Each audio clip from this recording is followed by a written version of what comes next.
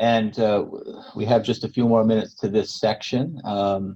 I wanted to speak a little bit. I haven't yet shared the data we found on what I started to describe at the top was the realities of the game. So again, based on this huge data set that we were able to collect over years from women's collegiate beach volleyball, we found that while it varied certainly from year to year, although not much, women's collegiate beach volleyball, the teams that we were coaching, we were playing in serve receive, was about 63% of the game was played in serve receive for us.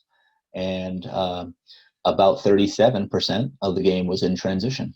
And so, again, the insight that we took from that was, certainly we should be training more in the serve receive phase of the game than in the transition phase of the game, because on competition day we need to be playing pretty good volleyball for in the serve receive percentage of the game, and so that's what we call training in reality. So we wouldn't know whether we should train 50% serve receive and 50% transition unless we had this data. And so that takes us to the top on the why. So why do we measure things? Well, because it allows us to put together better practice plans and put our players in a better position to succeed on competition day.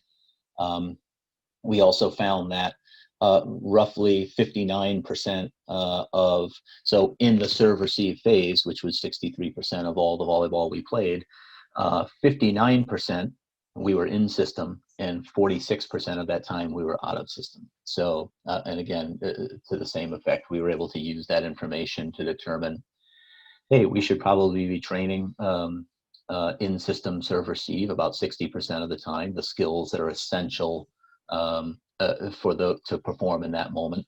And then we should also, because we are out of system a significant portion of the game, almost half of the 63% of the time that we're on offense, we're out of system.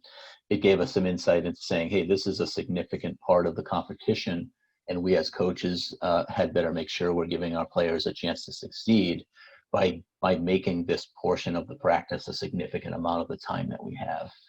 At least a third of the practice should be working on out of system offense. So again, we were able to use the data that we were able to collect to drive our practice planning decisions, and we'll get to that a little bit later. And then a final point in this section is, again, what were we measuring and why is we were able to attack, and I didn't spend a lot of time on it, we were able to stat our players' offenses by zone in the court. And so certainly worldwide, there's different ways to slice up the volleyball court and call it by zone. So I'll just refer to our left front, our middle zone, and our right front. We were able to track players' attack percentages from those various zones. But perhaps more importantly, we were also able to determine how many attempts they were getting.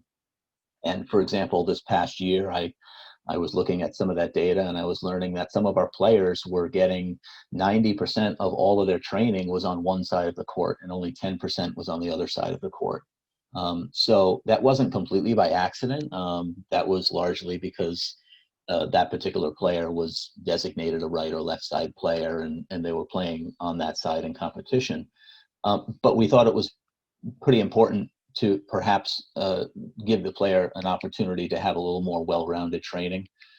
Even a right side player needs more attempts on the left side than 1 out of 10, we thought, because she may have to play the left side with a new partner. Her partner may want to switch courts, switch sides of the court, which necessarily puts our player on the other side.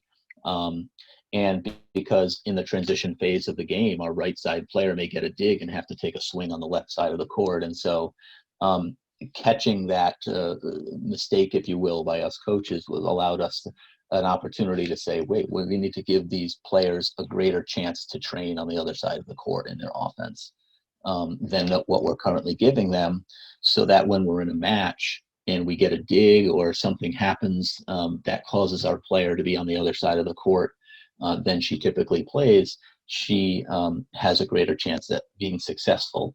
And we don't make the coaching mistake of blaming it on the player when in fact it's probably the coach's fault for not designing a more intelligent practice during the week.